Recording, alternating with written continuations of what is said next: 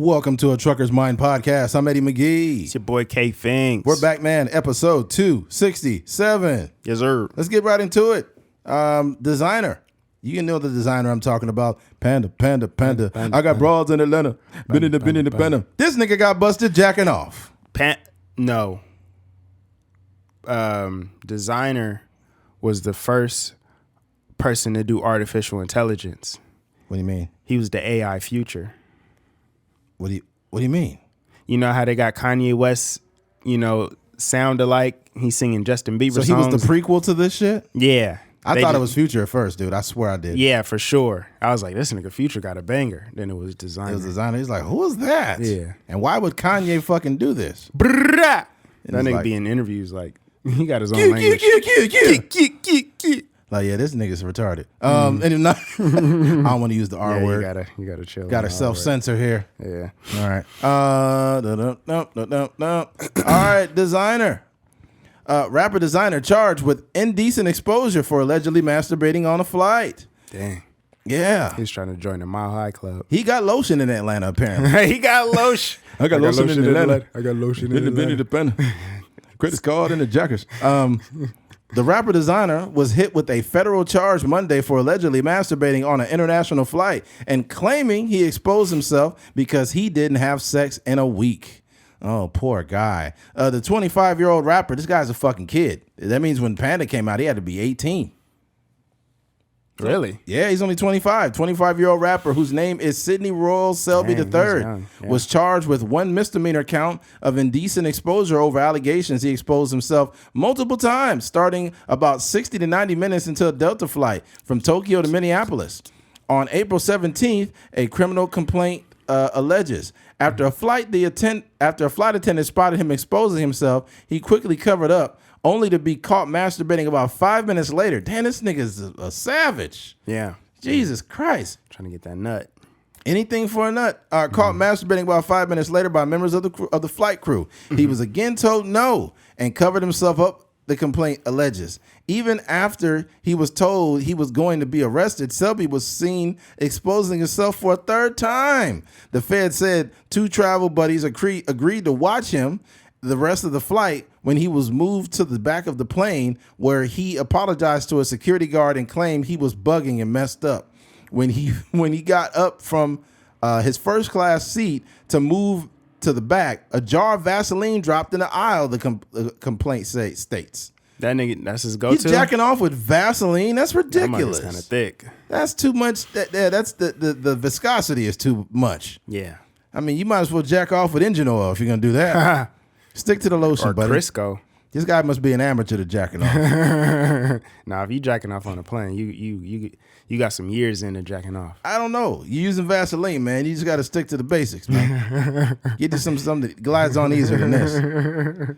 All right. Before he was taken into custody, he also apologized to the flight crew. When talking to FBI, he allegedly told an agent he didn't get much in Japan, and showed his magic stick to one of the flight attendants he found attractive, according to the complaint. Wow, that's terrible.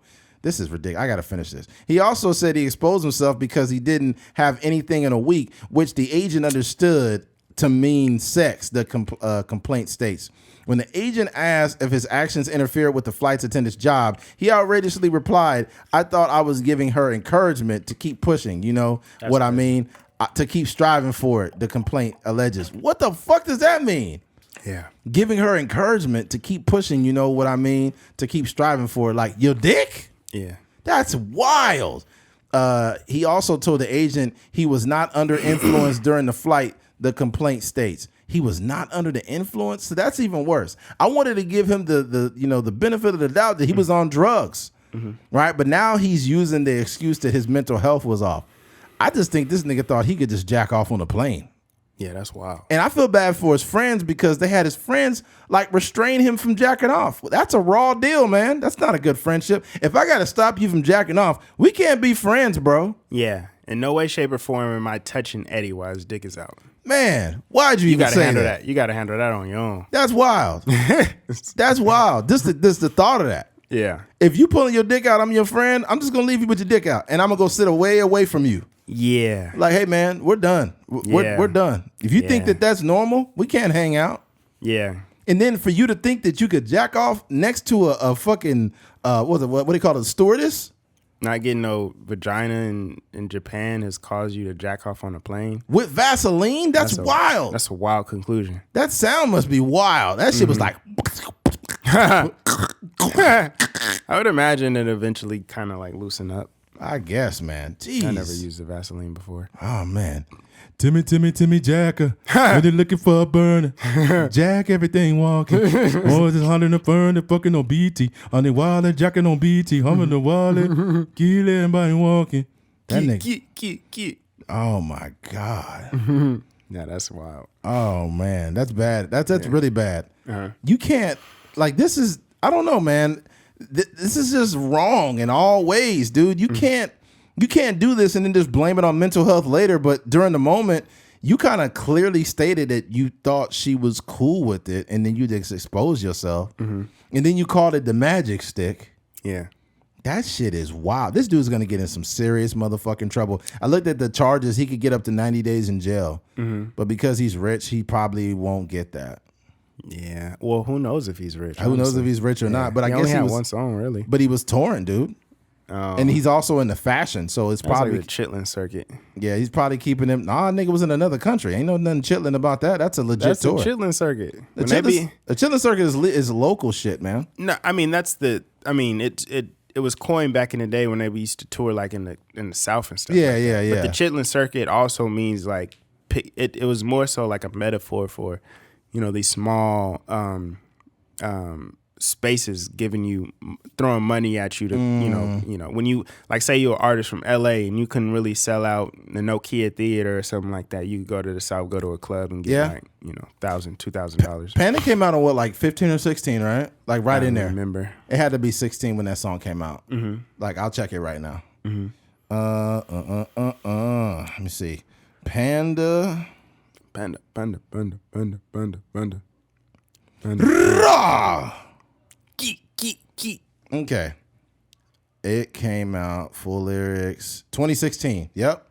So 16, that song comes out. And I remember what people kept doing, I kept seeing it on Snapchat all the time, is they would post that song, I got bras in Atlanta. And for some reason, they were always at Panda Express. Like, okay, we get it. Yeah. We get it. You drew the parallel between Panda Express and this song. It's not original anymore. Just get your teriyaki chicken and get the fuck on. Okay. But yeah, man. This is bad. And this is what I was gonna say. Even though that was in 16, there is somebody somewhere that will pay you money to play that song live. Oh, for sure. Yeah, it's a good song. For sure. They will pay you. Whether it's Tokyo or it's somewhere. And these bags that he's picking up he could probably make money off that song for a while. Yeah, you got it. When you got a hit song, you could tour off it for a minute. Especially like those countries where they they don't have the ability to see you. You on your tour in LA or whatever.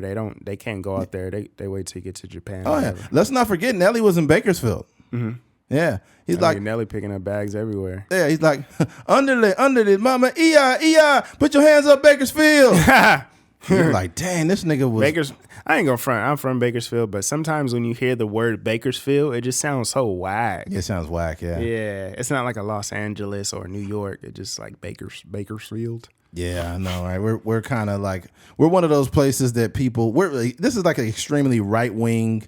It's not meant to be a cool place at all, but it's okay. I like it here. Yeah, for sure. I like it here. Yeah. But it's definitely not meant to be a cool place at all, especially with a fucking name like Bakersfield.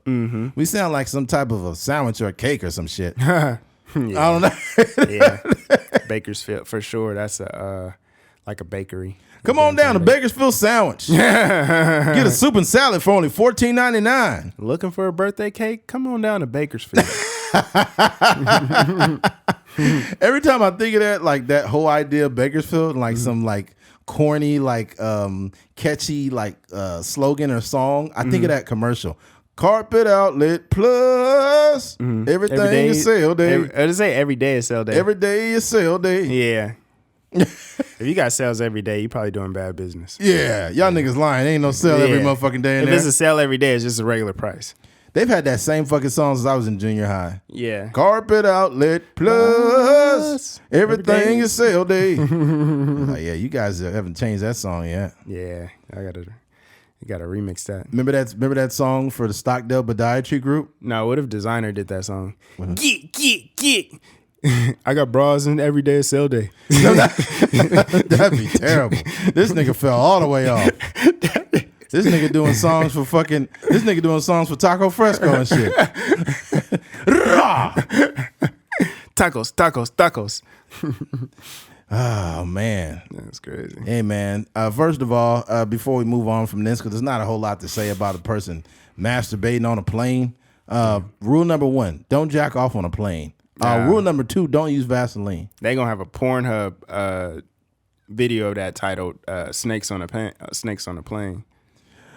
I got dick on Atlanta. I got dick flying over Atlanta.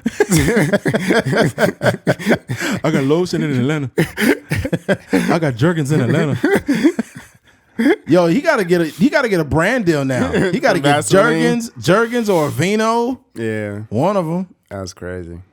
That'd be crazy. He do like they would do it too. It's a good plug. You hear about that fucking quarterback? I forgot his name. He was mixing mayonnaise in his coffee. I think you might have sent me that. Or I might have just seen it. He was like, "Yeah, sometimes I like to mix mayonnaise in my coffee." Hold on, let me get weird. Hold on, I'm gonna show you right now. He was a college or pro? He just got drafted. Yeah, man, that's crazy. Will Levis, his name. Quarterback Will Levis explains origin of disgusting mayonnaise coffee combo, and it says. Quarterback prospect Will Levis had a good day in the NFL Combine on Saturday, showing off his strong arm in an attempt to boost his draft stock. But while he allowed his talents to shine on the field, he also got a chance to explain a personal oddity off the field. Levis made news last summer when he was putting mayonnaise in his coffee instead of usual whatever, fuck that word, such as cream or sugar, because usually they would say condiment, right? Mm-hmm. That's considered a condiment, like all the cream. How do you and shit? spell it? It's spelled ACCOMP, accompaniments. I don't know. I can't say the fucking word for some reason. It's got me stumped, Keith. Anyways, the former... Said it happens. Yeah, it happens. Fuck them. All right. The Kentucky quarterback explained at the NFL scouting combine that he merely added a condiment. That's all the word is supposed to be. Condiment. To his coffee as a joke once. But the act then went viral on social media. So he really doesn't put mayonnaise in it. But he did it with a straight face and he looked like he liked it. Mm-hmm. He drank it? Yeah, he drank it and he kept a straight face. It looked so gross. It's like chunky coffee creamer. And then the funny thing is, after he did that just recently, the company Hellman's, Hellman's is the mayo company. They sent him a packet. It's a big ass fake mayonnaise jar, and it had like a loaf of bread in there. It's a customized can of mayonnaise and some other little shit. And he was just like laughing, like, "Yo, this is wild." But it's like that'd be a perfect, what do you call that? What do you call that when players get endorsement? It'd be a perfect endorsement deal. Mayonnaise, Hellman's mayonnaise, just for you eating a bunch of mayonnaise. That's free promo, man. Yeah. That's a good little, and there's so much money going around with college athletes and stuff like that. So he's in the NFL now, but you probably can still get Hellman's. I'm just saying, coming out of college, going into the pros, it's so much money in terms of like NIL different brands and being attached to you. So yeah, I think I guess that's the thing now. That's the move. Like if you're an up and coming athlete, high school, college, and you really like something or you really feel strongly about something, make a video and see if those people reach out to you. It's just like what's the dude that had the cranberry juice? The guy during the pandemic, the Mexican dude.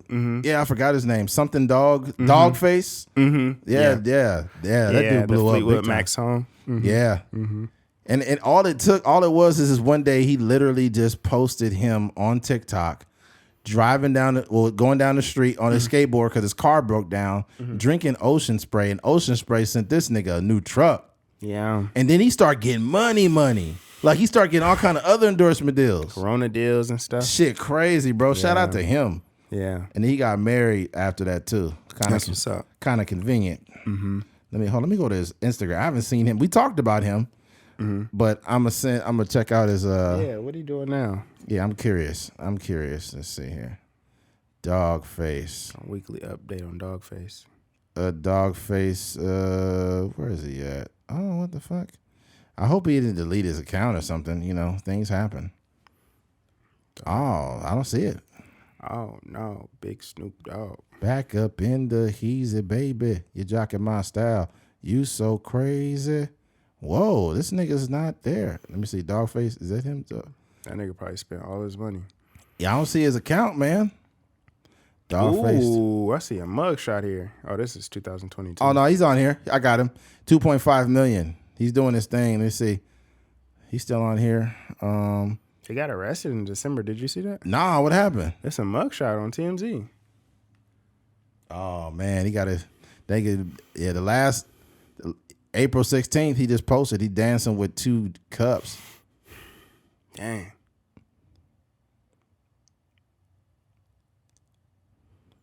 Here it is. He posted in April. Yeah, he posted in April. But the video of him with ocean spray on Instagram, it got 12 million views, bro. That's crazy. 12 million. We got fucking almost 2 million on ours, though. Yeah, we're a long ways away. Yeah, we're a long ways away from that. But I think almost 2 million views is enough for somebody to recognize you from a. Like, we could be at the grocery store and be like, "Hey, didn't I just see you in a video on Instagram?" Yeah. Hold on. What else he post? 3 hours ago. No, he ain't in He's jail. still active? 3 hours ago. Yep. Yeah, it just say he was arrested in his Idaho home. Yeah, he doing TMZ. some dance. I don't know what the fuck he's doing here. Anyways, but yeah, I think we're good on this one. All right, folks, don't jack off. Well, yeah, you could do that, but not on the plane. Not on the plane. Yeah. Not on a plane. Yeah. All right. Switching gears. Jerry Springer. Jerry Springer recently just passed, unfortunately. And here's the deal, man. For anybody that grew up during the era of Jerry, like I'm talking about not late Jerry in the 2000s. I'm talking about early Jerry, like 1997. I was in the 7th grade and I was watching Jerry, and it's when it was unscripted. It was just wild fucking people on there. And I guess he's seen that the ratings were affected because Jerry Springer at the very beginning was a very serious show. You know that, right? Jerry Springer was not always a trash show. It started off as a very vanilla, basic talk show. But once he's seen that like violence and trash spiked the ratings, he didn't have nothing but trash, right? And then it went from that to like women be like, "I just want my Jerry beads," and then show. I forgot about the Jerry beads. Nigga, it was an episode on Jerry Springer. This girl's titties was so motherfucking big. I just want my. Well, she was a big girl. She's like, "I just want my Jerry beads," and she pulled her titties out, and the whole screen had to blur out. They blurred out the whole fucking screen. Yeah. I'm like, bro, and then everybody was like, "Oh fuck!" Yeah, no, they were shocked. Like, oh my gosh, nigga, them titties was her bra size was equator, nigga. yeah, them double Z's. Yeah, she had fucking triple Z's. Jerry Springer, former Cincinnati mayor and talk show host, dead at 79. He was a mayor? Yeah, he was. Wow. Jerry Springer, the former Cincinnati mayor and longtime TV host, whose tabloid show was shown for outrageous arguments, thrown chairs, and physical confrontations between sparring couples and homewreckers, has died. A family spokesperson said Thursday, Springer 79, Jerry's ability to connect with the people was at the heart of his success in everything he tried, whether it was politics, broadcasting, or just joking with the people on the street who wanted a photo or a word. Gene Galvin, a lifelong friend and spokesperson for the family, said in a statement, Springer once told CNN that he did not mind being referred to as the grandfather of trash TV, saying in 2010, as Jerry Springer Show celebrated its 20th anniversary on air. It's probably accurate. I didn't know what the award for that is, but I think it is true that we were probably one of the first shows to present some of the outrageousness we have. That's actually false. That Geraldo in the 80s was fucking wild. Geraldo had a bunch of white supremacists and like pro-black people, and everybody was fighting. Really? Fuck yeah. It was one of the most popular episodes in daytime TV history. And Geraldo got hit in the face with a chair by a white supremacist. Oh my god! And it broke his fucking nose. If hey folks, everybody listening, put in Geraldo Rivera on Google, and then put in broken nose, and then what's going to happen is you're going to see that episode pop up, and I think it's like a bunch of pro-black people and like white supremacists, and a big-ass fight breaks out, and they hit Geraldo in the face with a fucking chair. That's crazy. That was crazy, man. Mm-hmm. Yeah, I think another show that was wild, too, I think the Phil Donahue show was pretty wild. Mm-hmm. Ricky Lake, that show was pretty wild. She had a bunch of like freaky shit on her show. Mm-hmm. But yeah, man. Rest in peace to Jerry Springer. I send my deepest condolences to him and his family. Mm-hmm. But that nigga had trash TV. That was trash. Mm-hmm. Like, we'll just call a spade a spade. Like, I can't believe you've been sleeping with my grandma. Like, what? That's like the fucking type of content they had. Yeah, yeah. It was a lot of that. Like, I was talking before the pod about the like the transgender reveals. Oh, that shit was like, yo, I got something to tell you. Tell me what's wrong, baby. What's wrong? I'm actually a man. What? What do you mean you was born a man? Yeah. I was just hoping that, I really fell in love with you from the start. And I just didn't want to drop this dick off on you at the beginning. Just wanted to wait. Oh, it would be hilarious, too, is they always started off the same fucking way. Mm-hmm. They'd be like, I love you, right? Yeah, I know you love me, girl. What you got to say? Tell me something. I was actually born a man. What? What you mean you was born a man? I thought you would have known when we was having sex. They be in like situations like, yeah, that time we took a shower, I thought you would have seen the cock, but you just, you just kept looking away, so I didn't really know if you knew or not. You'd be like, man, these niggas is weird. It's been an episode before. It's like, you know what? That don't matter to me. I love you. It's all good. Yeah. He'd be like, nigga, you know. Yeah, there's a couple niggas that was okay with it. He's like, ain't nothing wrong with that, man. I love you. I'm always like, I'm so glad you accepted me. Mm-hmm. I'm like, dude, what the fuck? Yeah, yeah. It's wild. The Jerry Beat shit was always kind of like, sometimes a surprise. They'd be like, Jerry, over here, I have a question. I'm just playing. I just want my Jerry Beats. And then they just flash like, titties. Damn. If you've ever seen, Jerry Springer had a special series of tapes that you could buy back in the day in like 97. With the titties and really it was out. completely uncut. Yeah. And he'd be on there, and I seen the video. You seen it? I seen it. They probably got the DVDs on Reddit somewhere. Oh yeah, they're out there for free somewhere. Mm-hmm. But the wild shit was back in the day. The Girls Gone Wild DVDs. That shit was crazy. Yeah. They're like, Girls Gone Wild going to Cancun. Yeah. They're busting out and getting wild, having crazy college parties. I ain't gonna front. As a little kid, I don't know how old I was. The commercials? 10 years old, nigga, I was getting hard off the commercials. Oh, the commercials definitely get you bricked up. You getting rock hard off the commercials. Yeah. Check out these crazy college co-eds getting wild at Cancun. I was the Rock before the Rock when them girls go wild. Nah, nigga, he was the cock.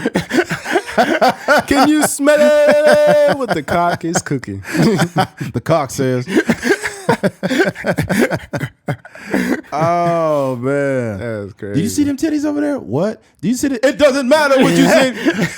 It doesn't matter. Those titties are over there, bro. That shit was wild, bro. Yeah, Girls Gone Wild and Jerry Springer. There was a couple things late night on the E channel. They don't. You know what? TV back in the day used to be so different. It was. Censorship is so like totally different nowadays. To where one, they allow more nudity on TV. Yeah. HBO's and FX and stuff HBO like that. always been naked. Yeah, HBO always had. Even they had the soft porn on there. They had some shit on HBO called Real Sex. Mm-hmm. I don't know if anybody's old enough to remember it. It was a show on HBO called Real Sex, and it was literally like all kinds of weird, like people being like kinky and like swingers, and they showed everything. Yeah. Everything. They used to do street interviews. Yeah. And it'd be like a couple, and they'd be like, so what's the wildest thing you ever did? They would ask the dude, he'd be like, I just slept with a lot of women when I was young, you know what I'm saying, or whatever. And then they ask his wife, and they'd be like, so what's the wildest thing you ever did? And she'd be like, I don't know if I want to say that in front of my husband. Yeah. And like, it's fine. He's like, well, I fucked two guys at the same time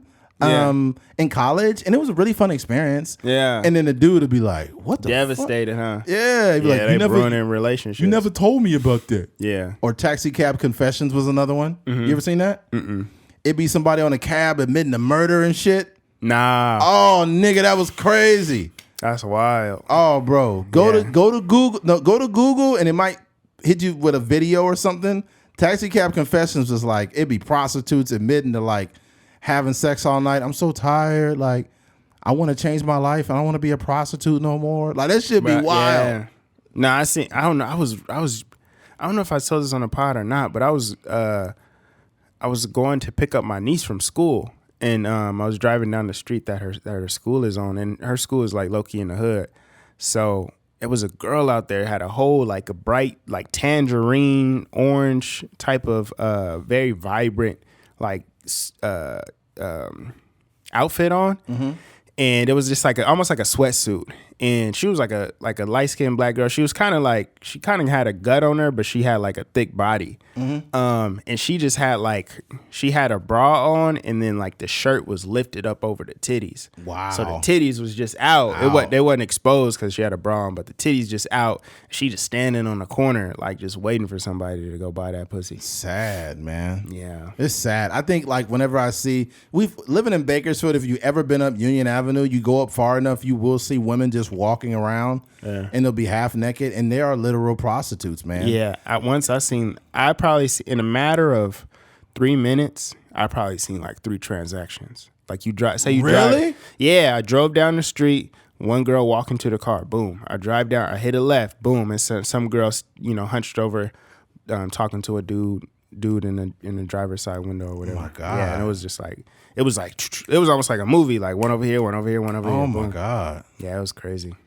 It's sad because that's such an outdated way of selling pussy. Yeah. Like at least get a Venmo account or something and go to fucking go do OnlyFans or something. Yeah, it's much safer. Yeah. Some people want to feel that wet. But what I was saying before then, it was like back in the day, when you had basic cable, like the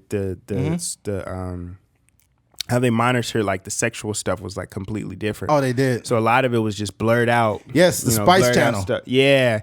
I remember like Howard Stern. Howard Stern would have his thing, and I wouldn't watch it myself, but my dad is just a horny nigga, so he would be watching the show. He would be watching the show, and I'm supposed to be asleep, but I'm over there watching it too, watching them blurred out titties getting bricked up.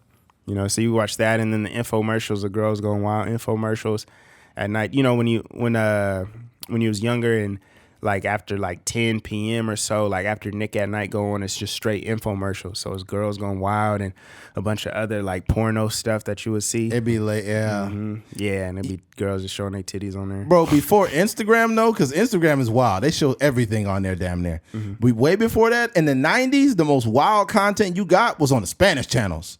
Spanish channels is like Spanish channels is OD. Univision, like it'd be like all of a sudden be a dude in a bumblebee suit, like ay ay ay, and then a girl with some big old titties come out half naked. You like, what the fuck? Thick too. Why? Like 1994, 95 to like 97, right in there. Spanish channel was wild. Yeah, regular Spanish channel was wild because it'd just be a thick Mexican girl walking through there. You like, what's going on? And you a little kid. And everything on there was like super, like very sexual. Like whether it was the weather down to just, basic news. It was just like the thickest girl on there giving the weather report. It's just like, dang, this is crazy. You just like a little 8-year-old bricked up watching this. Bricked up watching. So you confused because you don't speak Spanish. Mm-hmm. So everything is in Spanish and it's these thick girls on there and you just like bricked up and you don't even know how to really interpret it. Mm-hmm. Yeah. That's crazy. That's that Espanol bricked. Yeah, thickness translated in any language. Thick is thick.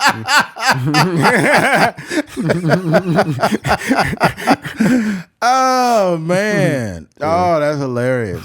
It's crazy. But yeah, back in the day too, they had the Spice Channel, and the Spice Channel, you either subscribed and it was just like softcore porn stuff.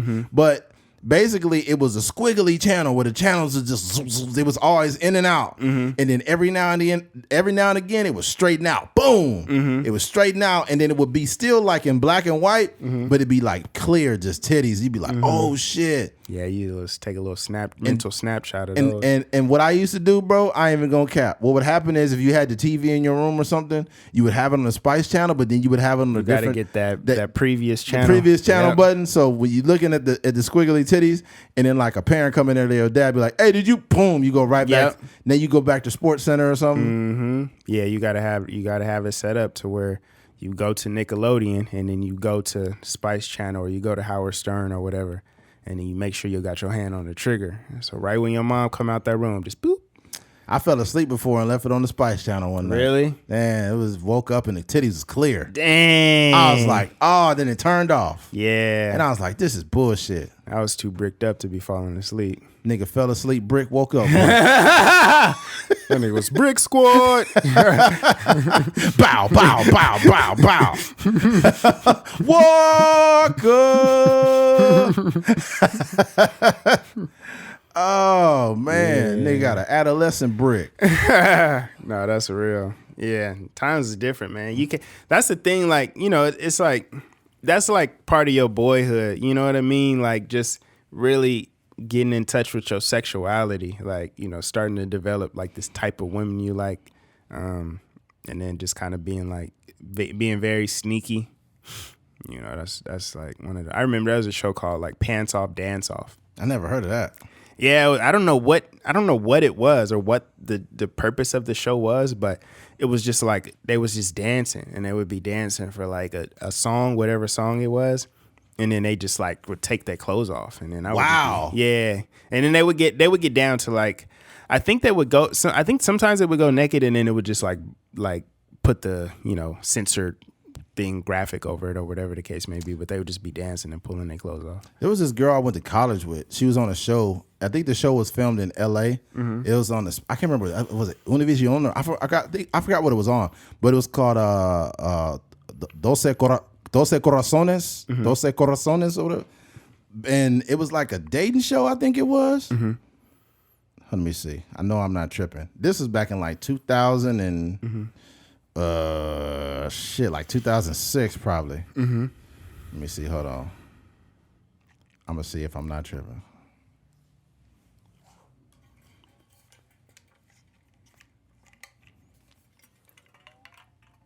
Yep.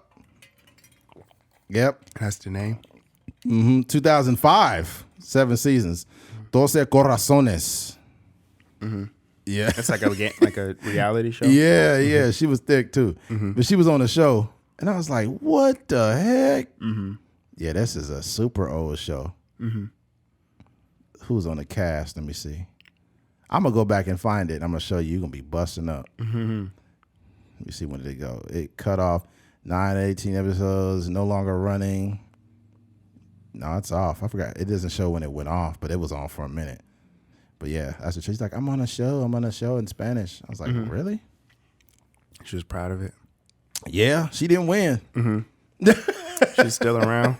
I don't know. I haven't seen her since college, but yeah, that's a trip. We had a lot of, you could call it, I guess you could call it kind of trashy TV, but or just more loosely, because there was also a show called Wild On that was on E, and it was always covering like different festivals around the world, like Carnival, and it'd be these super thick Brazilian women, like super dark, like they look like they black or like Latino, but they're neither, because you're actually Portuguese. But I'll be like, man, what is this? Where are these people at? It's like, nigga, I'm 12 and bricked up. Nah, that's real. Yeah, you'll find like the most uninteresting. You know what was OD, and this was when I was a little bit older. Nip Tuck. I never seen that. You never watched Nip Tuck? No. I didn't watch it, but I definitely will remember. And that's how I knew my dad was like a slight. He was just a horny nigga. Like all the shows. Oh, that's the surgery show where they doing like, I've seen it before. Yeah, they would be doing like breast augmentations and stuff like that. So they was showing they were showing pretty much everything on there, and sometimes they was like blurring out, but for the most part, like they were showing all that stuff on FX, and it was coming on like maybe like 10 o'clock, 11 o'clock, and I'm like, dang, this is crazy. They showing titties and stuff. The freakiest shit came on super late. They wanted to make sure like they didn't have like a prime audience. Yeah, it was like freaky stuff, and then it was like old R&B albums. Yeah, on BET they had something back in the day called BET Uncut. Oh yeah, like Nelly was on there. They stopped showing BET Uncut probably in like 2004 or something like that. Like it was way back, and it was basically a program that showed rap videos almost pretty much like uncut. Like it would like on a normal video they would blur it out, but like on this one they would just like cover the nipple. Yeah, and it was a video called Tip Drill. Look this video up. It might. Wild. I don't know if it might be on YouTube or not. But somebody got a recording. They do. Yeah. Look up a video called Tip Drill with Nelly, and it's just girls twerking, and it's a part where Nelly. It's an infamous scene where Nelly swipes a credit card down this girl's butt cheeks. Yeah. And they say, it must be your ass because it ain't your face. I need a tip drill. I need a tip drill. Yeah. And I seen this for the first time, and I was in high school for sure, and I was like, what the fuck is this shit? Yeah, like, I would always, because that was like elementary school for me, and when I heard about it, I was like, "Yo, this is crazy." But I was so young that I just kept falling asleep before BET Uncut came on. Yeah, you know, you'd be like, "Man, I'm about to stay up tonight just so I could tell my friends on Monday," and nigga, by 10 p.m. you'd be like, when Keith was a little kid, this nigga used to fall asleep with a milk mustache. I keep in the bed sleep. Oh man, that's funny. Damn, that's a trip too. When I first had met you were going to McKinley for sure, but you were fucking. Hold on, that was like that was 2000, bro. 2000? Yeah, that was 2000. It wasn't 2001 yet. Yeah, it was like right before 2001. So in 2000, what grade were you in? 2000, I probably was in, what grade was I in? I probably was in like the 3rd grade. God damn, the 3rd? Mm-hmm. Holy shit. 3rd or 4th grade. Yeah, man. That's a trip. Yeah, so me and his older brother, that's still my dog, my number one dog. And when I first met Rolly was always a really smart kid though. He's like, however he is now, that's exactly how he has always been his whole life. It's just been Keith the whole time. Rolly is my nickname, by the way. Oh yeah, I never called you that on here. But yeah, his nickname is Rolly. I don't even know how that name came to be, but I was like a little chubby kid. So they said I look like a roly poly. Oh, okay, yeah.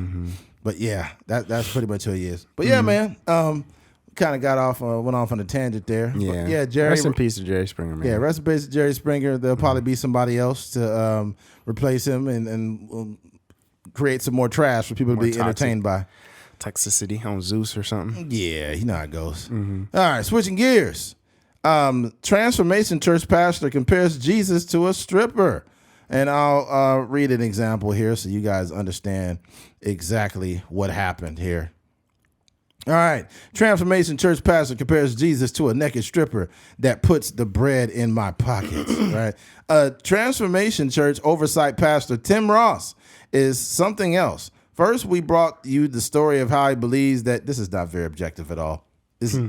Before I continue reading, even though I don't agree with what he did, this article is not objective. So just heads up. That it shouldn't be considered cheating for a married man to dance sexually, get twerked on, and slap the butt of half-naked dancer. Then he featured him praising famed modelist T.D. Jakes while saying a belief of Trinity is a secondary non-essential issue and that it's crazy for Christians to divide over Trinitarian doctrine, whatever. In a recent sermon, Ross makes some grotesque claims that Jesus is not only is the only butt naked stripper that we reverence. You got it. I sent you the thing. I think you should just play it. Okay, yeah. Yeah. Let's just go ahead and do it. Thank you. Holy shit.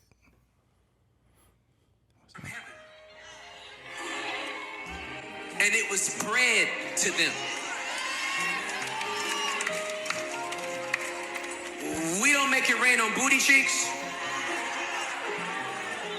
We don't make it rain on strippers.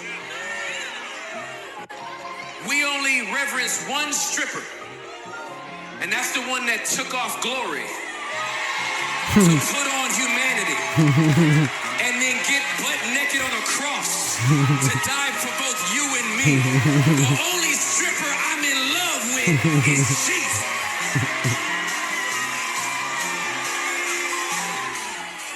And he's the one that puts that bread in my pocket. That bread in my pocket. That nigga's He thought that was a bar, huh? He thought he was really doing it's like some of these pastors are ridiculous. Mm-hmm. He said, and he's the one that puts that bread in my That pocket. nigga went into a song. Oh my God. Yeah. You know the sad thing about a lot of people that are Christians or call themselves Christians, they go to church every Sunday and they still a piece of shit. Dude, you don't do that. Like, that's wild. The only stripper I'm in love with is Jesus. That's a wild take. What the fuck? If you don't get this blasphemous shit the fuck out of here. That's crazy. These niggas is crazy. Yeah. It's for those of you that don't know, like I go to church pretty much every Sunday.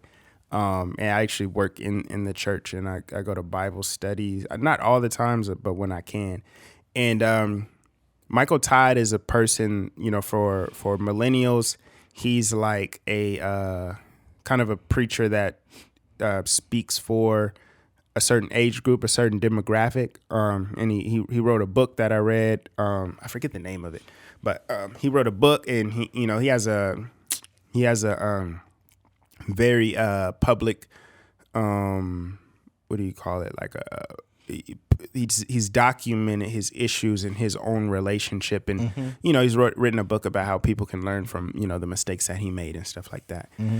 And one of the things that happens is there's like a certain progressiveness in his ministry, and it's like even from the clothes he wears. When we grew up, the pastor's wearing at least business, they're wearing a button-up T-shirt and some slacks at the bare minimum, but usually like a suit and stuff like that. But he's a person, he may go on stage with some J's, with some joggers on, with a scoop tee, and like that's just how church looks nowadays. So there's nothing necessarily wrong with that. Right. But that progressiveness in terms of the clothing also has, made its way into the actual word. So a lot of the references they use in that, like in Michael Todd's book, he's referencing Drake lyrics and stuff like that. And that's not Michael Todd, but that's the church that he runs, in Transformation Church. And they just have like this progressiveness, and they are always in the headlines.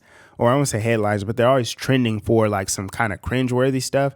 And on Easter, they had a whole show where they were doing music and a play kind of thing and acting and all these different things. And they were trending because they were like turning like these secular songs into gospel songs, and it was just very edgy. Like it wasn't something like traditionally we grew up on. Like it's too much. Yeah, they're trying to turn like Beyonce songs into gospel songs. Yeah, they do that a lot. But they were like the worst of the worst songs. And I got Jesus in Atlanta. Yeah. Jesus. Jesus Christ.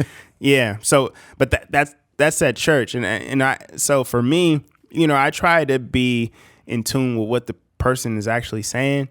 So I don't necessarily I try not to judge the messenger per se, because I know that, people are human beings, they're flawed individuals, but sometimes like the message that they're giving off is just like, it just make you scratch your head. Like, why do we have to be so progressive that we start to like say Jesus was a stripper? Like, that's just too much, man. Here's the problem. When you go into these large churches and you almost could say anything and people are going to clap because they're trying to hear the word of God. But a lot of people have an issue where they can't think for themselves. If I'm in church and I hear him say that, I'm thinking to myself like, hey, what the fuck am I doing here? Yeah. Like this the way that I think and the way you think, I know that you would have caught that shit and been like, yo, this shit ain't cool. This is wild. Even today in church, there was a preacher up there, and I don't like to say disparaging things about like preachers because like I'm in there. So, you know, I don't want something going viral and I'm like talking crazy about a preacher. Yeah. But it was just like everybody was feeling it in there.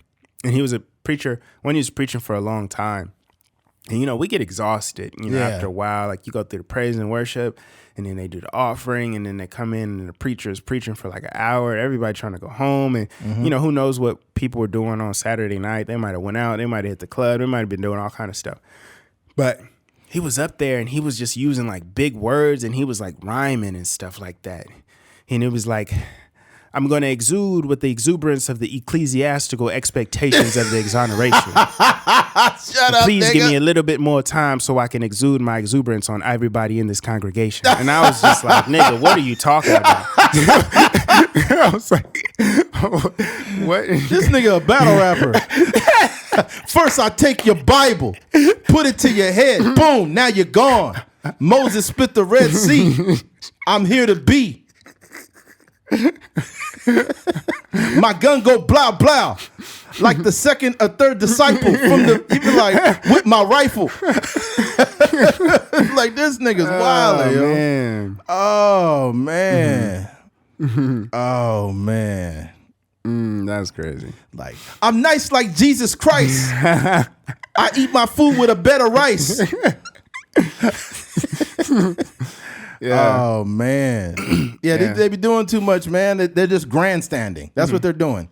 They're getting up there, and instead of being true to themselves, I forgot. It's this dude recently that he has an afro. He was talking about gun control. I can't remember his fucking name. He's really popular lately. He's like a politician. He's like a young upcoming politician. Is that the one that? He's got a big afro. Did he get? I don't remember. There was some guy on the Breakfast Club.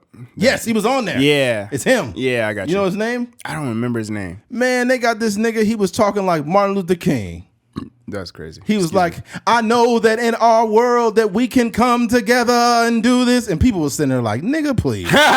They weren't feeling it. Oh, hell no. Like, nigga, it's 2023. You know what, bro? I'm getting to that age when people start doing that. I'm going to just start telling people to shut the fuck up. If somebody is literally acting like Martin Luther King in a moment that's very serious, I'll be like, nigga, shut up. Yeah. Sometimes you got to tell motherfuckers to stop, because the problem with that is like, bro, this is why it's important. Me and Keith do not have a massive platform, right? But I think it's important that with this platform that we are organically, genuinely ourselves, and that we're not putting out an image to try to grab people. We don't do that, right? But it's annoying when you see people trying to do it. Yeah. You ever seen a dude, right? You ever seen a dude out in public, or a person you know him, and you see him and he like, yeah, man, I'm trying to do it. He's always into some bullshit. Like he either trying to chase some pussy somewhere or do something he shouldn't really be doing. They might cuss like a sailor. And I'm not judging nobody for their mouth, because I have a bad mouth myself. But then you see him out at church like, hey, my brother, yeah, most definitely, man. I'm just trying to keep it good in the God's name. And you be thinking like, man, shut the fuck up. Yeah, I know you. Yeah, I know you, bro. I know what you about. You trying to get pussy from Sister Jenkins last week. I know what you're about. Yeah. Yeah. I've seen you before, sir. Dude, what's that guy's name? It's eating me up now. The guy with the afro. Fuck. You probably got to look on the Breakfast Club interviews. Yeah. Pop up. It should pop up. Is he from like New Jersey or something like that? Something like that. Yeah. Go to Breakfast Club. He was on a recent interview with them. Probably no more than a month ago. Oh, I see this thing with Master P, man. That nigga look crazy up there. His mouth still looking That weird? nigga's teeth was big as a motherfucker. He's like, like a lot of the kids, like they a lot of kids look up to me, so I gotta like let them know everything gonna be okay, And I'm like, dude, you gotta do something with the Get teeth. your teeth right. Yeah, that shit Dentures was falling out. Oh, were those dentures? What were they? Somebody said it was dentures. Really? Yeah. I seen the episode with Angel Reese and Flage. That was a really good episode. Oh, I haven't watched that. That was really good. Shout out to Angel Reese. Oh, where the fuck is this? Justin Pearson. Is that his name? Justin J. Pearson. Justin J. Pearson. Yeah, he got that big old afro. Yeah, hold on. That nigga look like he be taking down all the white women. Yeah, probably right. Hold on. Justin J. Pearson, Martin Luther Tennessee. King.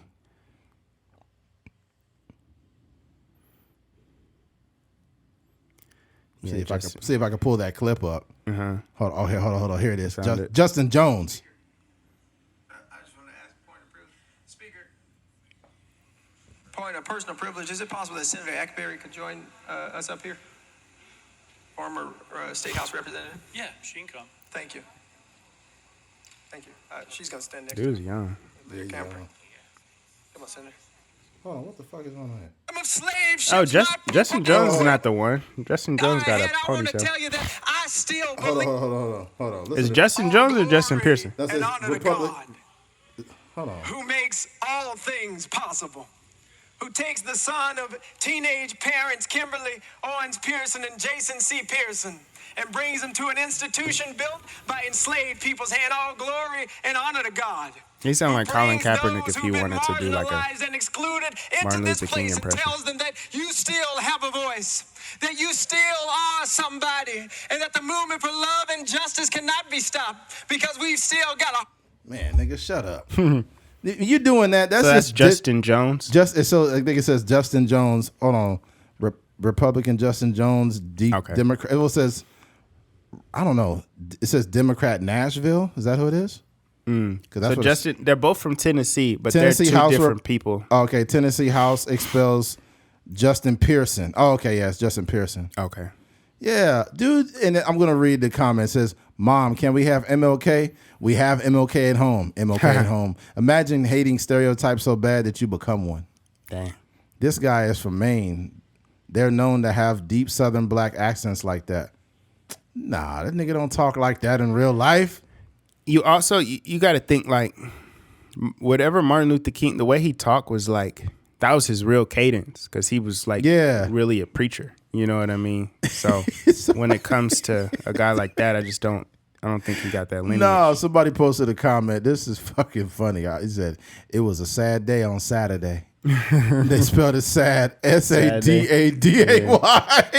Yeah. Oh man, people got to cut that shit out, man. You got to cut that out. Just be yourself. Yeah, be yourself, man. As soon as I don't care if I agree with most of your policy, whatever. When you start talking like that, I'm like, oh, I'm done with this person. It just takes you out of it. It just takes you out of it. It's like this motherfucker is really talking like Martin Luther King. It's like trying to rap and sound like Tupac. I don't want to hear no more of your music, buddy. Yeah. We're done here. Okay, one Pac, we're fucking done. You made it through one Pac. You didn't get another one, buddy. That's facts. Yeah. Did you finish the rest of the documentary or there was Which one? the Dear Mama? Yeah, I watched all of it. You watched all of it? Oh yeah. Yeah, that's cool. I watched all of it. Check it out. It was decent. You haven't finished it? I haven't even started it. Oh shit. Yeah, I heard it was good though. Yeah, it was decent. I think Tupac was an amazing. He provoked a lot of conversations, and he was wise beyond his years. And his mother embedded some things in him that, like, most people that young didn't have. They did an interview with him when he was 17, and the shit he was saying at 17, I was just like, this is not normal. Like, you could tell his mother had a lot of influence on him. Even when she was under the influence of drugs or whatever, she really... And not to mention, like, the shit that his mother did outside of just representing herself in court. Right, and being her own representation, usually that'll get you prison time. But she was smart enough to get herself like exonerated. Not only that, she literally she literally affected the landscape of the medical of the what do you call it, the healthcare system. She made it basically. She was partly involved in not. Basically, hospitals can't just turn people away anymore because of Tupac's mother. Literally, like. They used to go to hospitals and they did like a what they call like a takeover, hospital takeovers, where the Black Panthers would go into hospitals and literally protest inside of hospitals and then get healthcare professionals to come and like do interviews and shit. And Tupac's mom was at the helm. Wow. Yeah, man, she was a big deal. Yeah, she was a big deal. That's a powerful woman. Yeah, dude. Yeah, definitely. That's to think of drugs affected a woman like that. Yeah, I know. That means you should never touch drugs. Yeah. Especially this generation. the problem, like I could listen to music and objectively like, oh, I like this or I don't like this, but it has no influence on anything I do. But that's not everybody's experience. That's not everybody's experience. These rappers need to fucking shut up about this. Casually talk about Molly and Percocets. This shit's got fentanyl in it. It's killing kids. Yeah. You need to shut the fuck up. Like Future, dude, you're fucking 40 years. Was he 40 or 39? This nigga's older than me talking about like fentanyl and shit like it's cool. And he said he doesn't even do drugs. Yeah. It's sad, man.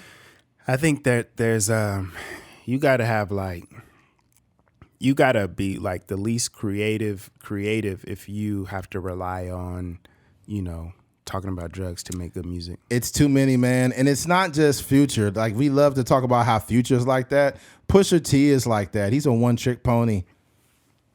Yeah, he's still talking about drugs. He's still talking about crack. Nobody even smokes crack anymore.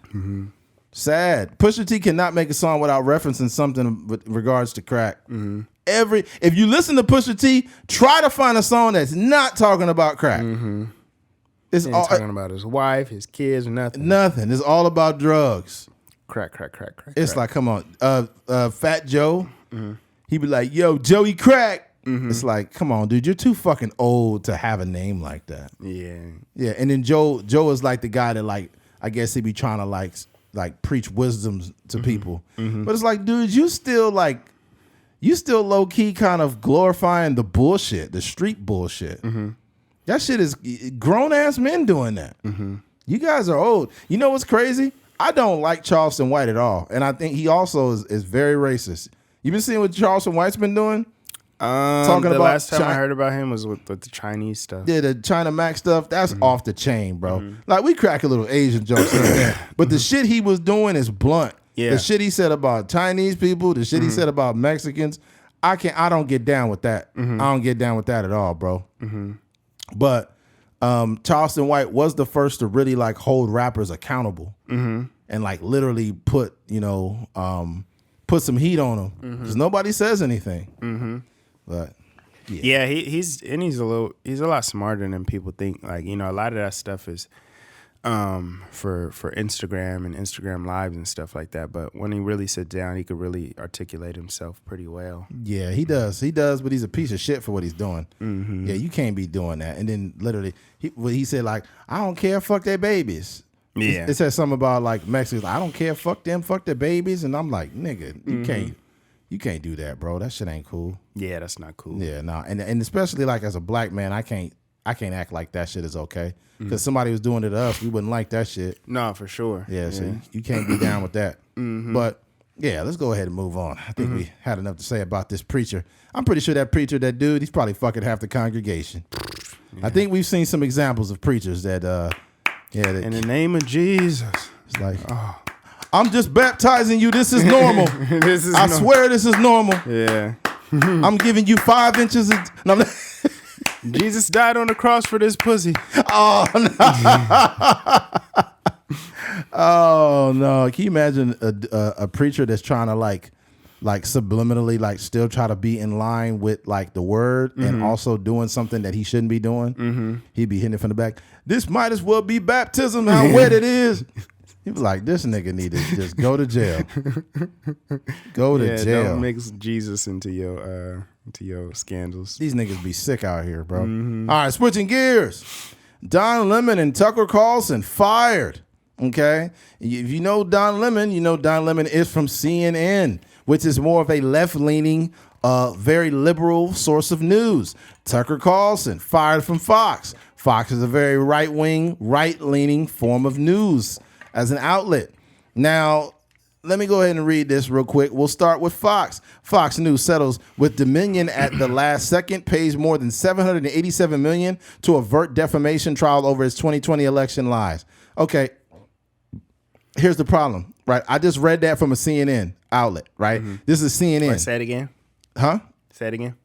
Okay. Fox News settles with Dominion, which is, I believe it is a vote counting system, Dominion, at last second pays more than $787 million to avert defamation trial over his 2020 election lies. Now, a CNN outlet wrote that. I clicked on that. So even as a person who's objective, I could read where they're speaking to liberal people, right? And they're not giving you information a lot of times. They're just giving you affirmation. They're just affirming what you already believe. That's what Fox and CNN is good at, right? All right, I'll read the rest of the article. Fox News reached a settlement, blah, blah, blah, blah, paying more than $787 million to end colossal 2-year legal battle that publicly shredded the right-wing network's credibility. And like, you guys aren't left-leaning. You know what I mean? Fox News $787 million settlement with Dominion Voting Systems is the largest publicly known defamation settlement in U.S. history involving a media company. The deal was announced hours after the jury was sworn in at a Delaware Superior Court. Rumors of a settlement swirled in the courthouse when, after a lunch break, the proceedings dramatically ground to a halt for nearly 3 hours with no explanation, while the parties apparently hammered out an accord. Okay, here's the deal, bro. When it comes to Tucker Carlson, he already has some things in the past, like a sexual harassment claim that had popped up or whatnot. But the fact that Fox News and fucking Rupert Murdoch and all these guys, they were literally like pushing a narrative that the election was rigged. They were more or less, I don't even say subliminally, indirectly and directly stating that the election, or I guess averting that this could be, the election could have been rigged, right? And they got sued because they kept saying that. And now Tucker's gone, and he got legitimately fired. But nigga, $787 million, somebody got to go anyway. And that's a lot of money. It's a lot of fucking money. It's almost $1 billion. And then you got Tucker, who is like they cash cow, and they got rid of him. And CNN with Don Lemon, they got rid of him. But Don Lemon, the prequel to his ass getting fired, is this nigga been off the chain lately. Talking about with them women. You with the women when he was saying like, you know, a woman in her prime or whatever. And you got to understand, Don Lemon, what he strikes me as is he strikes me as a more right-leaning liberal. He got some old ideology, especially to be a gay black man. You got to understand, Mr. Don Lemon, when you are on CNN, you have to always do what they say or you out of there. You cannot have any scrutiny of women on CNN. On a liberal outlet, nigga, you better not say nothing about women, because if you do, they're going to get your ass out of there. The writing was on the wall when that happened. Yeah, it was only a matter of time. Some people said that they're gonna be teaming up. Who knows? I think the ratings would be ridiculous. Yeah, it'd be the most heavily rated show in probably in American history, because Don Lemon was like literally the arch nemesis of fucking Tucker Carlson. Yeah, right. And what's funny too is I read this article from CNN, and they're painting Fox as if Fox is just this super right wing, and they act like they're objective. CNN is not fucking objective. Neither is Fox.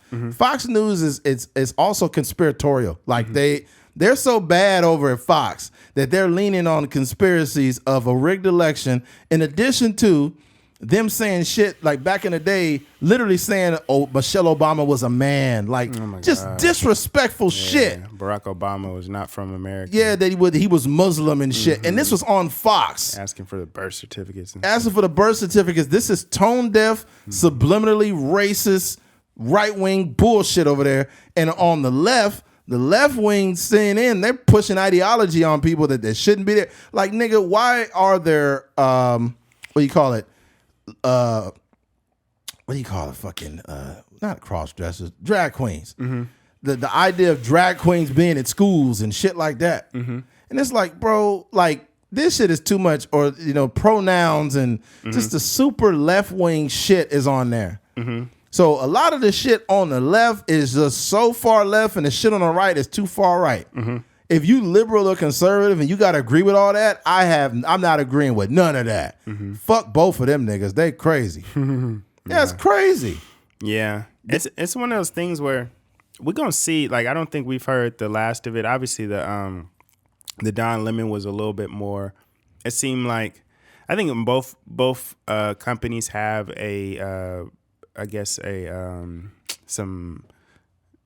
like a reason as far as like letting them go. Right. And I think it seems to me like it might be more so, like you said, like don't say anything outside of what our company represents. 100%. You can't be, on CNN talking about women because we CNN. Like exactly. It don't work for us to be disrespecting women like that. Not even disrespecting women though. Like if you do anything if you said anything that held women accountable, they're going to get you the fuck out of there.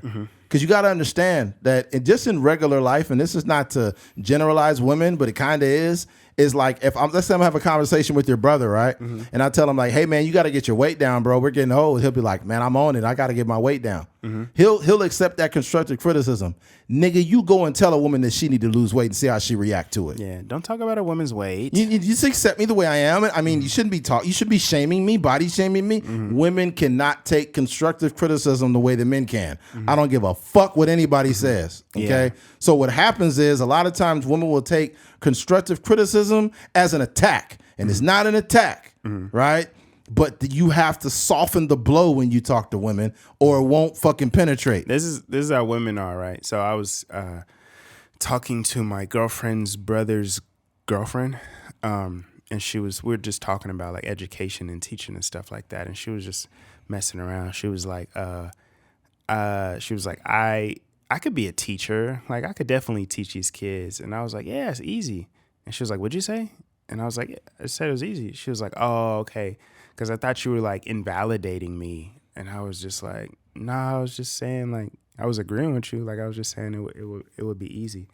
And she basically thought I was saying something along the lines of I don't know what she thought I was saying, but she basically thought I was saying something like to disagree or like invalidate, that idea that she should be a teacher.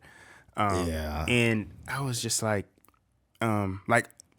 basically to go along with that point, it's like we this liberal ideology where we consume all this this mental health work where it's like it affects how we interpret things. Justifiable, and don't be around people that don't acknowledge your experience, and all these different it affects how we interpret things. Yeah, that's how but that's the lens that you listen from. Thank you. And I don't even think that stuff was designed that way. It's not designed in a way where you should jump on everybody that you talk to. It's designed so you can have an internal dialogue to really understand how you feeling. But there's an encompassing mindset. Like when you watch a certain programming, it encompasses more than just the programming. There is a whole nother level of affected consciousness that when you watch these programs, you start to adopt these things in real life. Like if you ever been having a conversation with a very right wing person, conversation be going great. You could be talking about the Lakers or whatever, and then all of a sudden it'd be like, it's crazy. It's crazy what's happening to America, and it's wild. Like they want everybody to be trans or gay, or all these commercials have black people. It's just I don't understand. And don't get me started. Elevator. And don't get me started with Black Lives Matter. I don't even know what about all lives? Why don't all lives matter? We need the police. You be like, this nigga's going on a tangent. Yeah. And it's because it's a very right wing ideology or belief system. This is why I don't like Fox or CNN, because what's happening with Fox and CNN is they're galvanizing a bunch of people who cannot think for themselves, and those people in turn don't think for themselves. They're just literally out in the world like robots, like little robots. But here's the issue. Whether you're very liberal or very conservative, what you fail to understand is the same government wants you to work until you're 70. How about you wake up, man? These niggas don't give a fuck about you. They don't care about your political party when you paying taxes. If you trans, they're going to have your trans ass working at 70. They don't give a fuck. Yeah. They don't care. They don't care about your retirement. They don't care about your kids, your family. They don't care about shit. And people really thinking conservatives are all racist and this and that, and liberals are no, none of y'all got the answer, bro. Yeah. None of y'all got the answer. Not to mention, at Fox News, there was a fucking text chain of a bunch of Tucker Carlson and all of them. They hate Trump, and they put it in the fucking message. They talked about how they didn't like Trump, they didn't support him in the text message thread. And what I don't like about not only Fox, I know CNN's doing the same thing, But these motherfuckers at Fox, they don't stand on what they say on the network. And what I don't respect about either one of them the most is that they bargained their integrity for a fucking paycheck. Yeah, that's all that matters. That's all that matters. When me and Keith get on here, we could literally speak freely. I'm not a journalist. I'm a podcaster.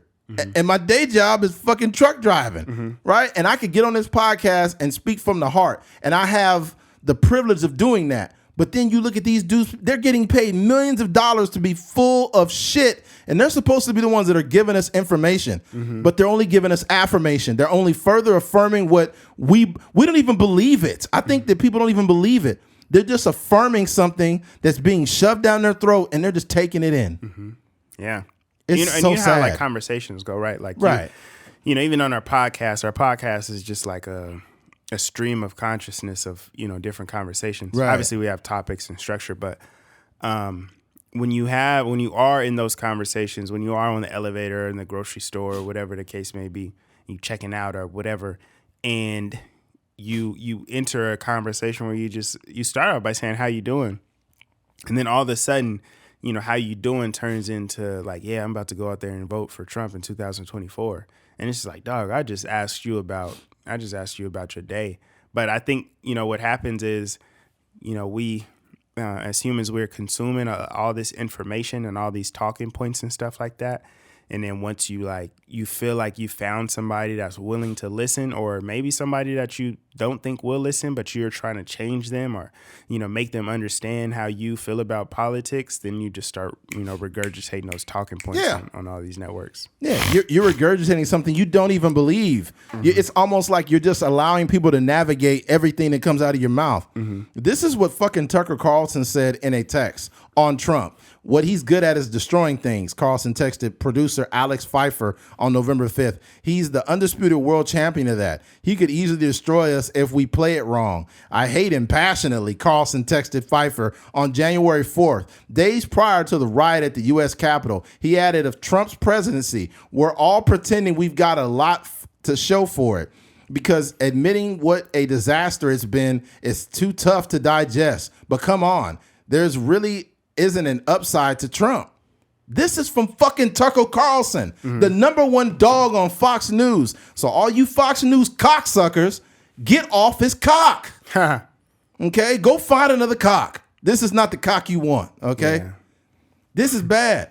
And Don Lemon is gay, so I don't think you want his cock. Well, that'd make you gay for one cock anyway. Some people might like it. You want fucking Don Orange? Don's a dickhead. And then he fucking attacked. He kept attacking Joe Rogan, which really pissed me off. Joe Rogan has to be the most like objective person. He sits down with scientists, conservatives, liberals, gay, trans, actors, musicians, comedians. He sits down with everyone and has these objective conversations. And you're attacking a person that is probably the most nuanced person in any form of media. They freaking Don Lemon's punk ass, he attacked Joe Rogan saying, oh, Joe Rogan's taking a horse dewormer, ivermectin, when ivermectin got a fucking Nobel Peace Prize. It's been used many times in many different medicines. Yeah. Right? And he wanted to accuse Joe Rogan of being an idiot, and he wasn't. And then Joe Rogan proved something again. They basically reposted Joe Rogan's video that he used. And he learned that basically when these companies take and repost things, they try to make you look worse. So what they did is they added a filter to the upload. Oh, make him look like he's more sickly. To make him look more sickly. And he's like, yo, what the fuck? You can just use the original video that I posted? And that's when I was like, dude, it's obvious that there's a witch hunt out for people. And CNN, every other commercial, they're the ones pushing the fucking, they're pushing the fucking vaccine on everybody. Every other commercial is Pfizer every fucking goddamn 3 minutes. Yeah. This has been sponsored by Pfizer. This has been sponsored by Johnson & Johnson. This has been sponsored by Pfizer. This has been sponsored by... That's like, nigga, we get it. Yeah. You guys want us to do drugs. Okay, motherfucker, we get it. Yeah. I haven't taken any vaccine. I haven't taken one of them. They showed on Tucker Carlson's not Instagram, but Wikipedia page, and it said that he was a Democrat from 2006 to 2020. Yes, he was. Yeah. That's how you know it's just all fake. Yeah. That nigga probably just got another job at a different network. And He did. Ran it up. He was he was literally on CNN. Mm-hmm. He went from CNN to Fox. That nigga's and he did it. He's transitioned so smoothly. Yeah. The same thing with fucking.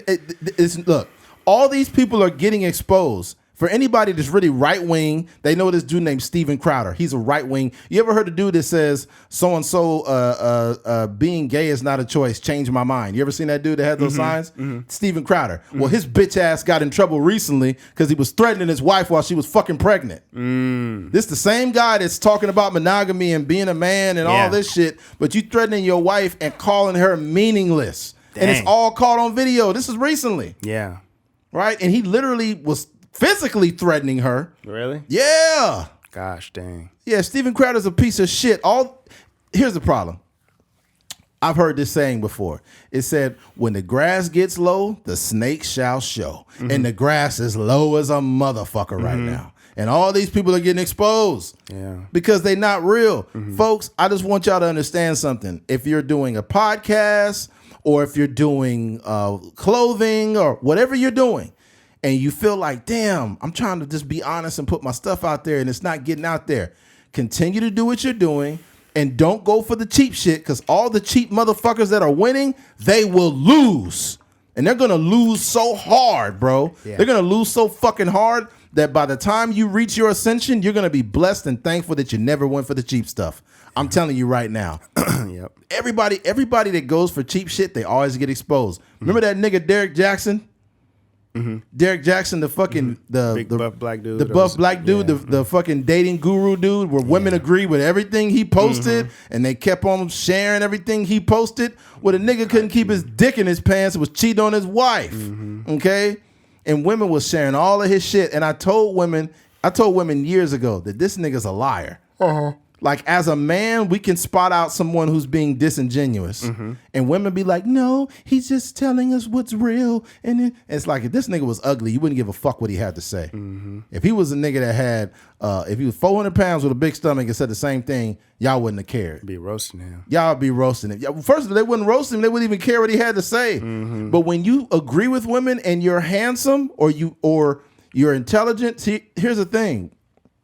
A lot of times, the form of a man, for example, if a man is handsome and smart and super manipulative, women don't really see it because they live in a world where they're being infatuated with an idea instead of what's right in front of them. It's so easy to lie to women when you're everything that woman wants. And it's no different than the rest of these other platforms. Yeah. When you're very conservative or you're very liberal or whatever you are, a motherfucker could put poison in the candy and keep handing it to you. And just keeps giving you poison in the candy. Yeah. Right? You think it's just a Jolly Rancher, but it's fentanyl in it. Dang. Yeah, that's the problem with these people, man. Yeah, it's bad.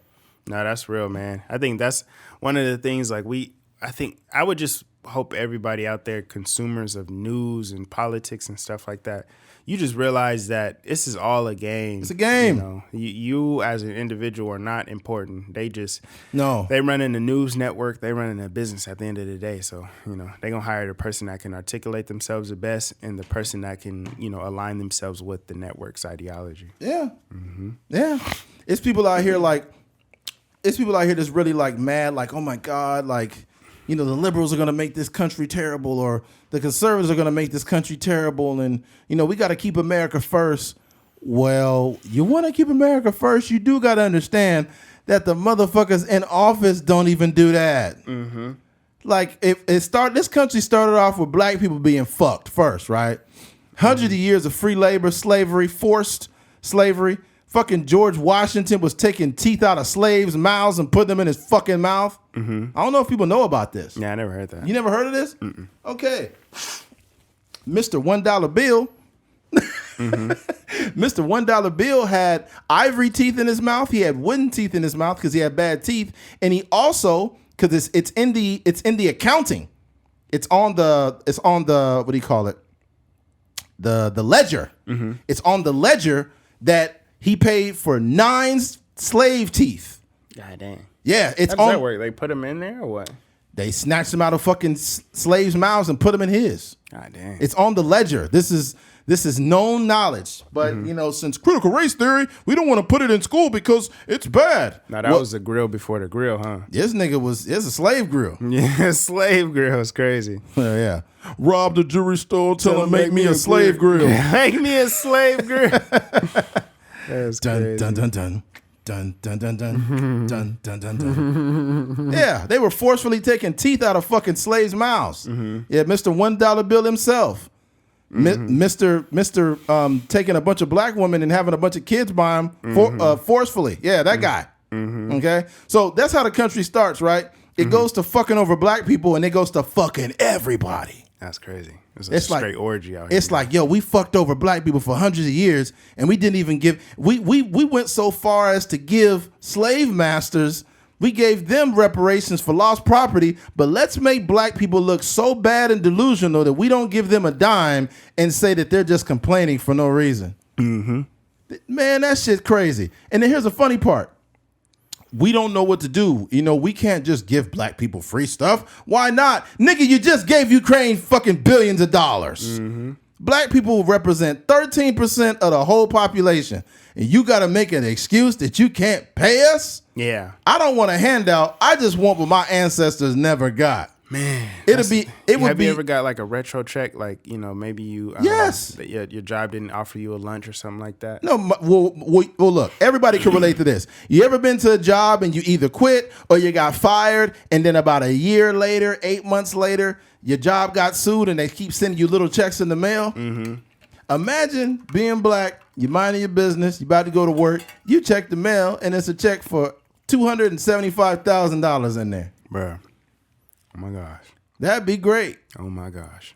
I am pro reparations. My emotions would be different. Like, oh yeah. I'm pro reparations for this reason. Not because I'm black and I want a handout. I work hard for my money. I'm pro reparations because the motherfucker that owned my ancestors got paid. Yeah. You paid this nigga and then you paid Ukraine all that money? Yeah. Get out of here. And then you went from, like I said, you went from fucking over black people. Now you're fucking over everybody. And now you got liberals and conservatives at odds. But by the time they get older, you don't care about them. You want them to work until they fucking Joe Biden's age. Yeah. Because retirement is not even going to be. Age, shoot. Yeah, retirement's not even going to be a real thing by the time we get older, man. You got to find a way to. Yo, Keith, we talked about this. You better find a way to save yourself because this government don't give a fuck about your ass. Not at all. Not at all. They do not. Not the government or anybody else. We was talking about like just certain situations where you might have to take a selfish route in order to really get up. You might have to skip out on some bills or something just to really invest in something that's gonna move the needle. Because this whole working a regular job and making ends meet and all that other stuff. Like if you ain't what Steve Harvey would call horizontal money, if you ain't making no horizontal money, we just in a rat race. Yeah, it's the rat race. Spinning the wheels.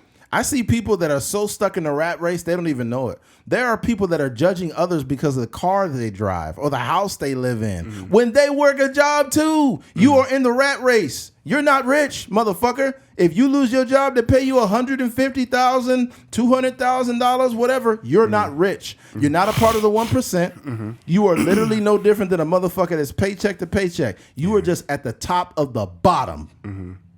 You are at the top. You're not making generational money. You're at the top of the bottom. Not to mention, if you don't have any lucrative investments, you're broke. Give a fuck who you are.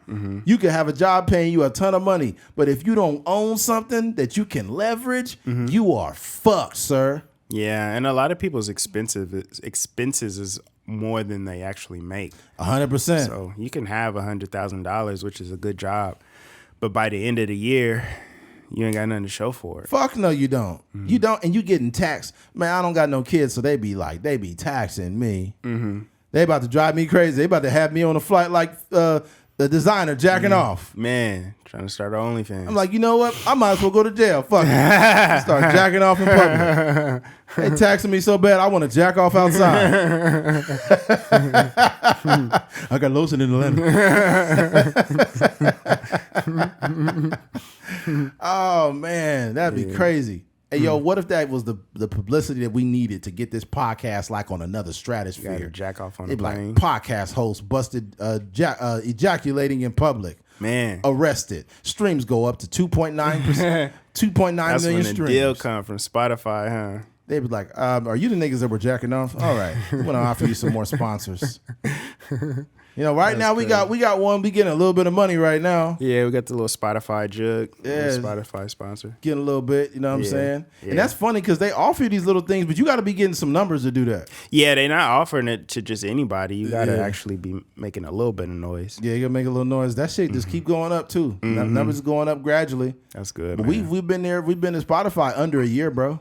Dang. Yeah, it's only been some months, huh? Yeah, that's it. And the numbers is doing good, especially on the Apple. That shit's doing decent. Yeah, that's good. That's Yeah, really you good. guys, man, tell a friend to tell a friend, and man, let's keep rocking, dude. Because you know what we're trying to do. We about to turn this. We have to turn this thing into the next high profitable podcast. Right? That's what we want to do. Yeah, especially with this artificial intelligence editing. Oh my That god! opened up a world, a Yeah, whole you talked world. about that. Yeah, that'd be. Oh man, I don't even know how that works. It's like a piece of software that you, or an add-on almost that you add on to your Premiere file. And I think you just stack all the footage, and then depending on who's talking, it recognizes it, and then it just cuts it up for you. Holy shit! Oh my god! So it's jumping by itself. Yeah, it's just cutting it, cut to you, cut to me, cut to whatever. Oh my god! Depending on who's talking, yeah. That's fucking nuts. I was like, dang, that eliminates, like, you know, we would have to obviously skim through it, but, you know, if we did have multiple cameras set up in here, and it would require, it's still, unless we had 3 Black Magics, it still would require like somebody to be in here. Though to man the camera. Yeah, because, you know, you would have to, some of those cameras only record for 30 minutes. Yeah. But if we had 3 Black Magics, just plug those mugs up and you know, make sure the angle was right and wide enough to where we capture. What if you have one Black Magic and 2 iPhones?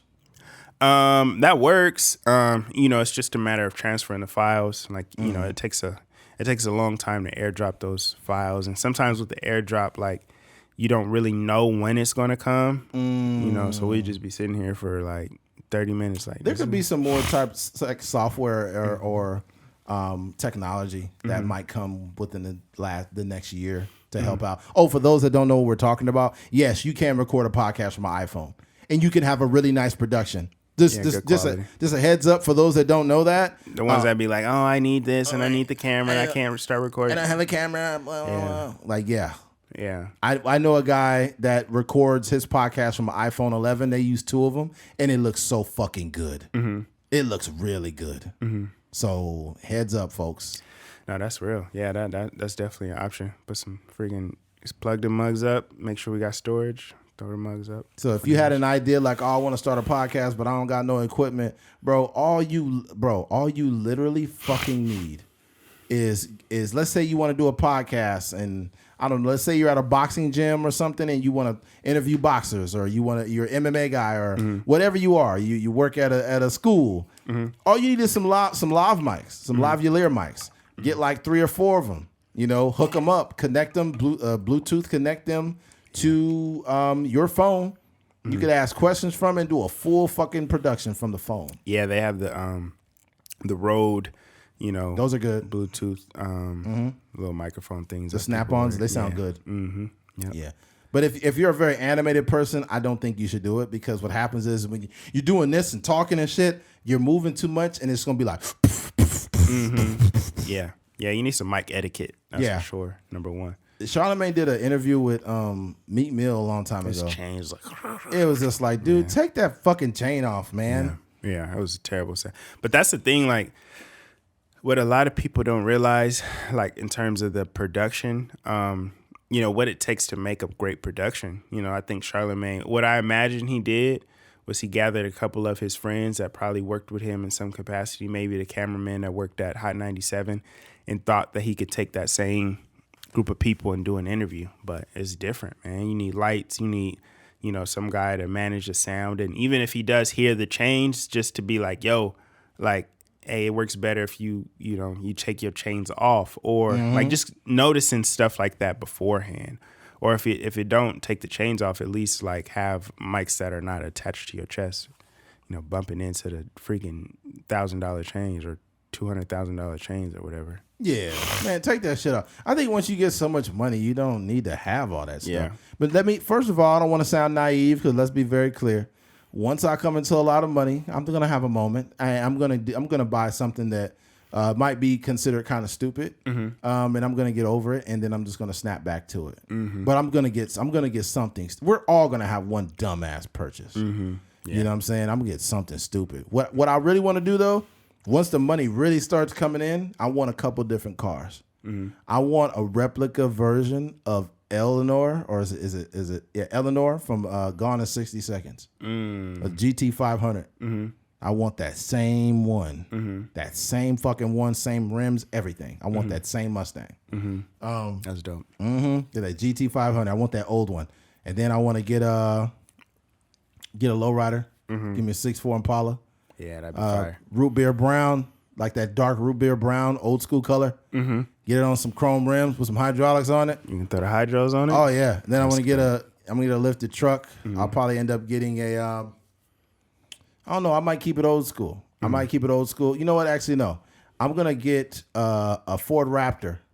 Yeah, those are nice trucks, and they're expensive. They're really expensive. Get a Ford Raptor, the special edition.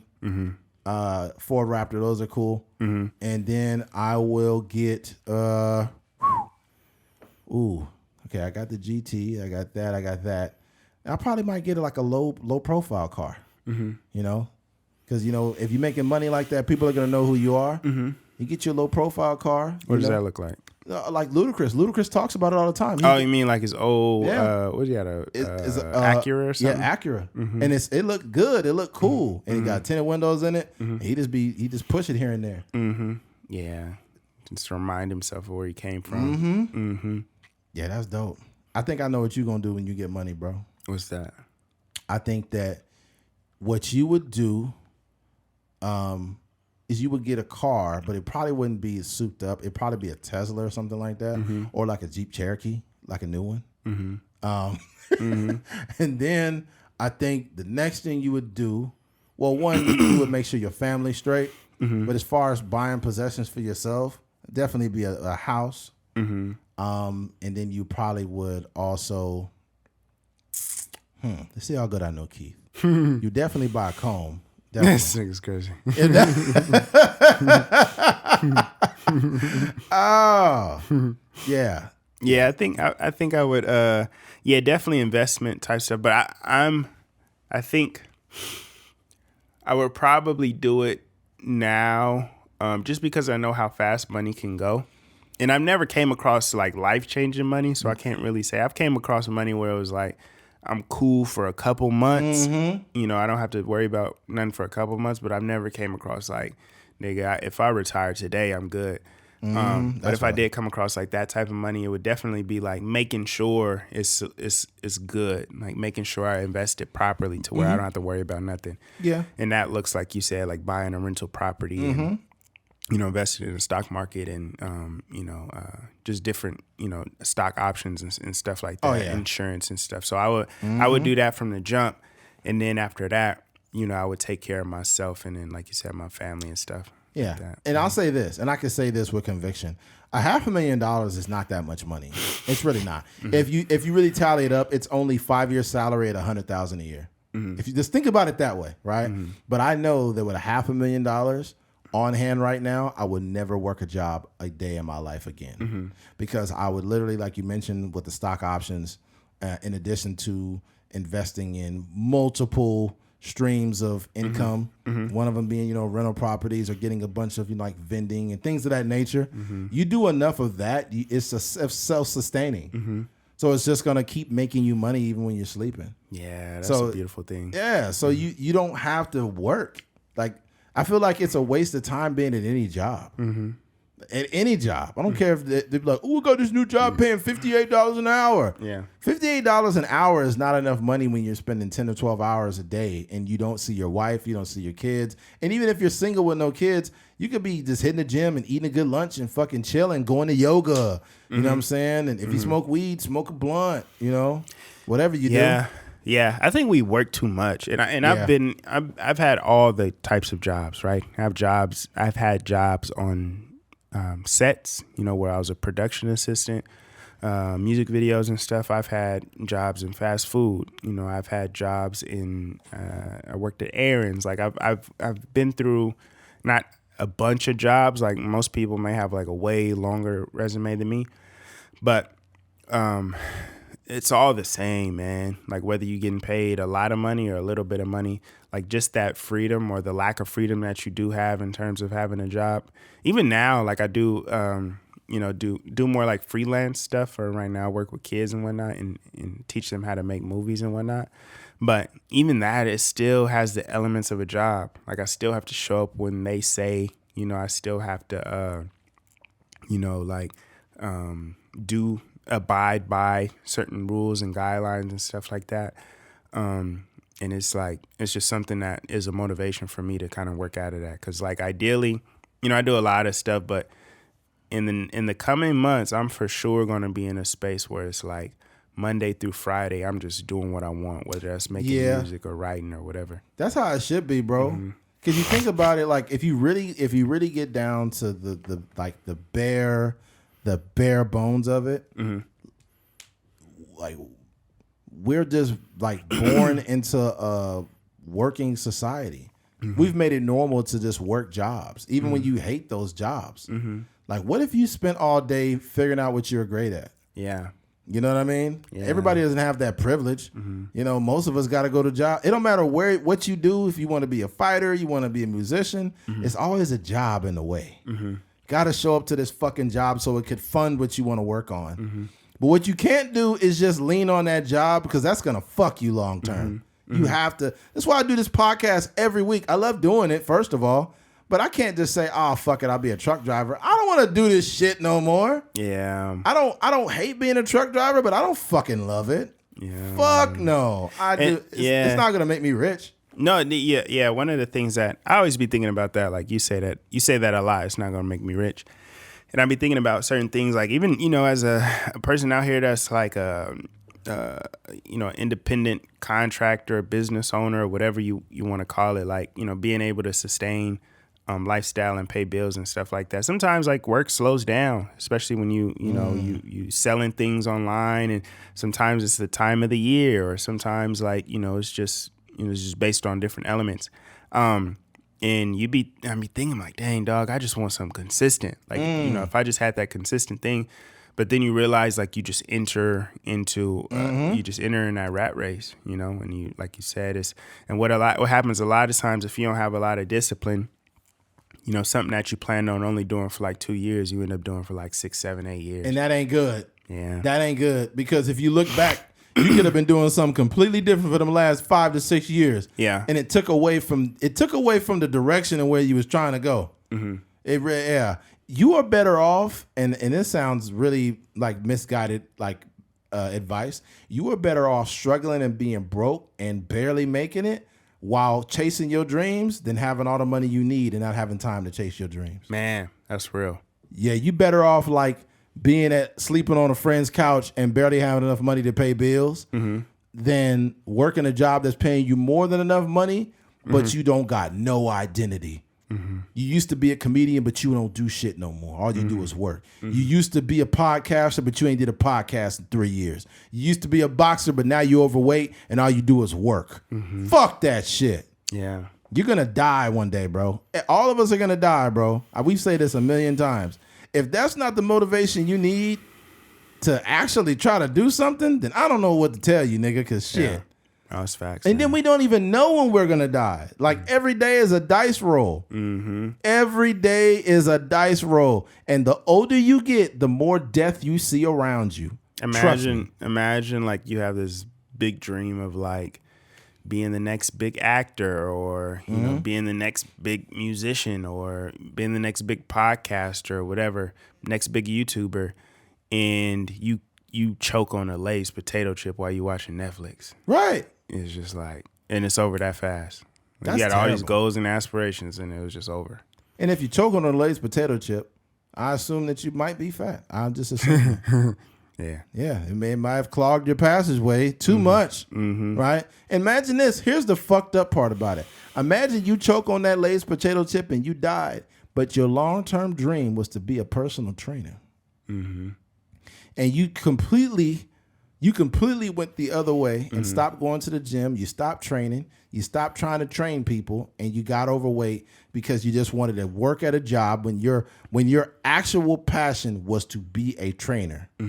But you died prematurely because you just completely went away from God's plan. Sad, man.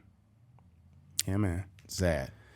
But I think I I think I'm a little tapped out right now. I think we've said enough. Yeah. I think Keith is tired. He needs to drink his nightly cup of milk, get his milk mustache, and he just lays the fuck out. Bro, you remember Me, Myself, and Irene? Yes. When that nigga Jim Carrey was sucking the girl's titty and Oh, he had the yeah. milk mustache. Oh, man. Yeah. Jim Carrey has been a part of a lot of classic movies. For some reason, this is weird that you brought up Jim Carrey. I seen it popped up, The Truman Show. You seen that? Yeah. The Truman Show is a great film. It's just basically, movie. it's basically, he's a part of a TV show and he doesn't know it, but then he starts to find out and he meets this girl and she starts telling him about it and they pull her away. And it's a great movie, man. Yeah, I don't think they should.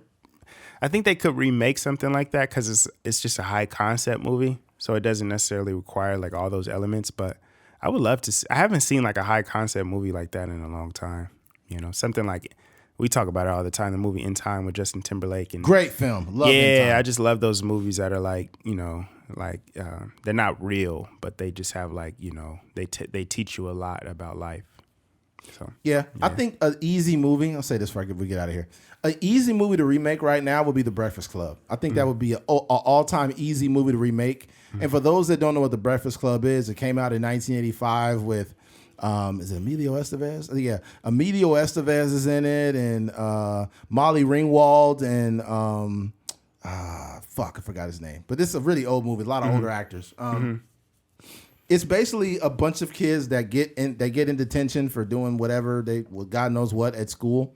And there's like a guy that's a jock. There's a guy that's like a rebel and a troublemaker. There's a quiet goth girl. There's like the pretty girl. Like all these different people. I think if you could remake this movie, but you could make it the trans person, the liberal, the conservative, the athlete, the girl that's the pretty girl that's like obsessed with OnlyFans, not OnlyFans, but Instagram that gets all the attention. Like you could literally remake this movie and make it modern make it true to today's time.